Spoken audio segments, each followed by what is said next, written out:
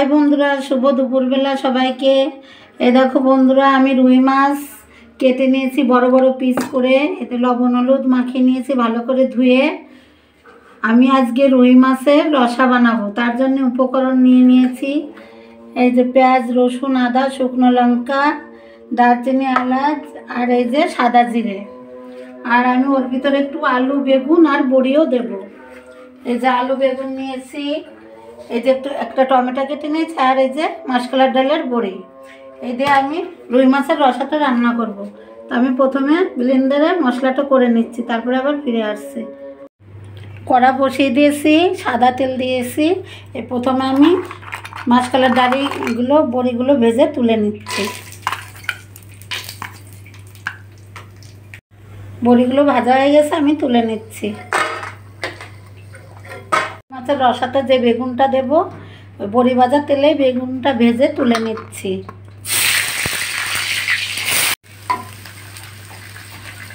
বেগুনের ভিতর সামান্য একটু লবণ দিচ্ছি আর দিয়ে দিচ্ছি একটুখানি হলুদ। বেগুনগুলো ভালো করে ভেজে আমি তুলে নেব।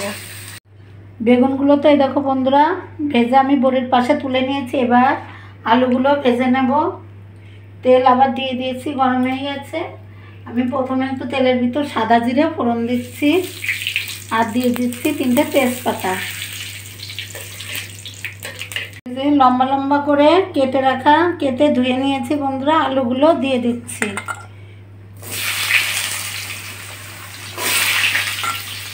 আমি আলুর ভিতর একটু লবণ হলুদে ভেজে নেব। একটু লবণ দিয়ে দিচ্ছি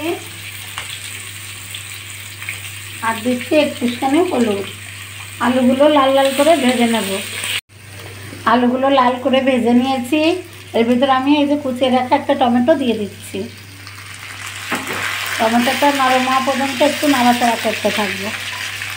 এই যে বেটে রাখা মশলা বন্ধুরা, পেঁয়াজ, রসুন, আদা, সাদা জিরে, দারচিনি, লবঙ্গ, এলাচ সব দিয়ে মশলাটা করে নিয়েছি আর শুকনো লঙ্কা। এখন আলুর ভিতর দিয়ে ভালো করে কষিয়ে নেব। দিয়ে আমি একটু জল দিয়ে দিলাম। ভেজে রাখা বড়িগুলো আমি এখন মশলার ভিতর দিয়ে দিচ্ছি আর বেগুনটা আমি পরে দেবো। বন্ধুরা তোমরা দেখতে থাকো। বন্ধুরা রসাটা তো আমি অন্যভাবে রান্না করতে আসছে।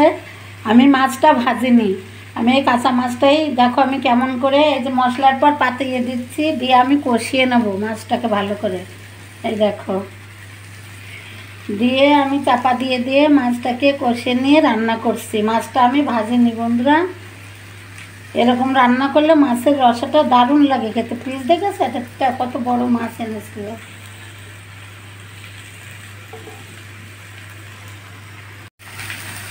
মাছটা আমি ভালো করে কষিয়ে নিয়েছি। এখন ঝোলটা দেবো, তার আগে ঝোলের লবণ হলুদটা স্বাদ মতো লবণ দিয়ে দিচ্ছি আর দিয়ে দিচ্ছি হলুদের গুঁড়ো। হলুদটা দিয়ে দিলাম।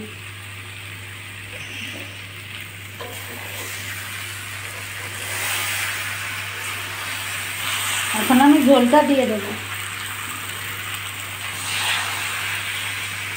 আমি 3টে কাঁচা লঙ্কা, গোটা কাঁচা লঙ্কা দিয়ে দিচ্ছি ঝোলের ভিতরে। দেখো বন্ধুরা টকবক করে ফুটছে। আমি ভেজে রাখা বেগুনগুলো দিয়ে দিচ্ছি। যে বন্ধুরা রুই মাছের রসা আমার রান্না কমপ্লিট হয়ে গেছে একদম। আমি এখন একটা গামলিতে বা থালায় তুলে নিচ্ছি। বন্ধুরা এই রুই মাছের রসাটা কেমন লেগেছে অবশ্যই আমাকে কমেন্ট করে জানাবে। ভালো লাগলে একটা লাইক করে দিয়ে দেখা শুরু করে দিও।